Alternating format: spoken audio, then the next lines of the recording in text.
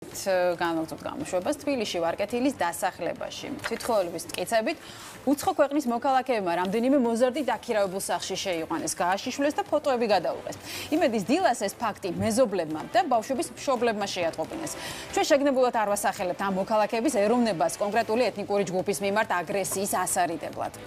იმედის დილის გადამღები ჯგუფის მისვლის შემდეგ უცხო ქვეყნის მოქალაქეებმა საპატრულო პოლიცია გამოიძახეს. მას შემდეგ რაც არასრულწლოვნებზე სავარაუდო ძალადობით იმედის დილა დაინტერესდა ფაქტზე გამოძიება დაიწყო.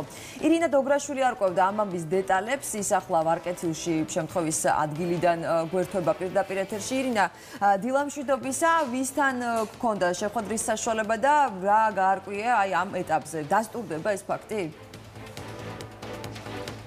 დილამშვიდობის დიახ, ჩვენ ახლა ზუსტად იმ ტერიტორიაზე ვიმყოფებით, სადაც 5 არასრულწლოვანის მიმართ შესაძლო ძალადობრივი ქმედება განხორციელდა.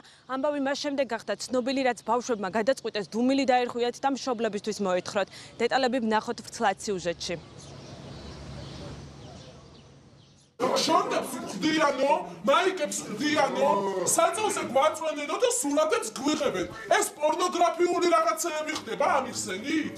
თვითონ დავეგეს პოლიციაში გუში და პოლიციამ გვიტყვა, რომ განცხადება შეიტანეთ, გაყარეთ ესენი აქედან, სანამ სისხლი არ დაიღვარა. უცხო ქვეყნის რამდენიმე მოქალაქის გაყრას ვარკეთილში ერთ-ერთი საცხოვრებელი კორპუსიდან მეზობლები მას შემდეგ მოითხოვენ, რაც 5 არასრულწლოვანმა მშობლებს უცხოელების მხრიდან მათზე შესაძლო ძალადობის შესახებ უამბო. 3 შვილის დედამ სამსახურში გაიგო, რომ მის შვილებს მეზობლები 3 საათის განმავლობაში ვერ პოულობდნენ. ბავშვებმა მოგვიანებით დედას უამბეს, რომ უცხოელებმა ისინი სახლში მოტყუებით შეიყვანეს.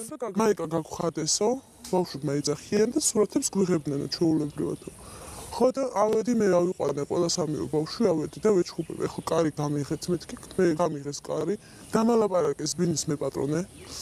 ნომერი დაუტოვე და უთხარი, რომ დამიკავშირდი მეთქი, რატო შემოიყვანეს 3 საათით ბავშვები მეთქი არ უშვებდნენ. მე ჩემმა შვილმა მითხრა, რომ მე გავაღე ძლებს კარი, რომ გამოგცეული ვიყავით იქიდან და გამოვიქეცი ჩვეულებრივად. და ეს ინდოელი მეუბნეო, ჩვეულებრივადო პროსტა ფოტოებს უღებდითო. და მე მეორე დღეს და მესამე დღეს უკვე გავიგეთ, რომ ანუ სხვა ბავშვს გახადეს, ანუ მაიკა, შორტი დააწნეს საწოლზე, ფეხები აუწიეს და გადაუღეს სურათები. მე არა ვარ დაზღვეული, თქვა პროსტა ელემენტარულად, ჩემ შვილს არაფერი გაუკეთეს. ერთ-ერთი ბავშვი ჩვენთან საუბარში ყვება თუ როგორ დააღწიეს თავი მან და მისმა მეგობრებმა უცხოელებს.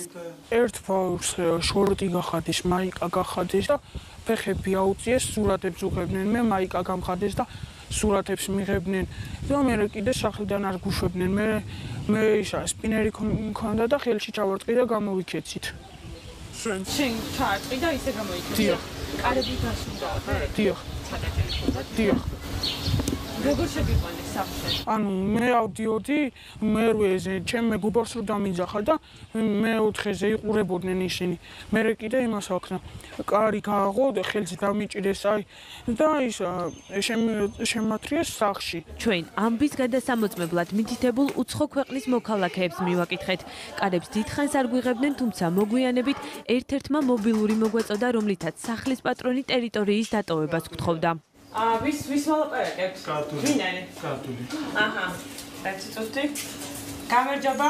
მაგრამ შეკითხე ერთი წამით ბავშვების, მაიკების გახდა და შორტების გახდა შეიძლება 900 უნდა რომ გახადოს ვერ გავიგე? რატო უნდა მოგისმინო? თქვენ თუ წესიერი და ნორმალური ადამიანი ხარ? იმ დღეს უნდა მოსულიყავი და გაგერბია ეს სიტუაცია. აი აქამდე რო არ მისულიყო ყველაფერი. რამდენიმე წუთში ადგილზე უცხოელების მიერ გამოძახებული საპატრულო ეკიპაჟები მოვიდნენ. პატრულ ინსპექტორებმა სიტუაციის განმუხტვის მიზნით ჩვენს გადამღებ ჯგუფს ტერიტორიის დატოვებას თხოვეს. ფაქტზე გამოძიება უკვე მიმდინარეობს, ნახოთ რა შედეგით დასრულდება გამოძიება. დიახ, ჩვენს მივადევნებთ აუცილებლად თვალს რა შედეგს დადებს გამოძიება. ირინა დოგრაშვილი გვერდებოდა პირდაპირ ეთერში. მადლობა ირინას.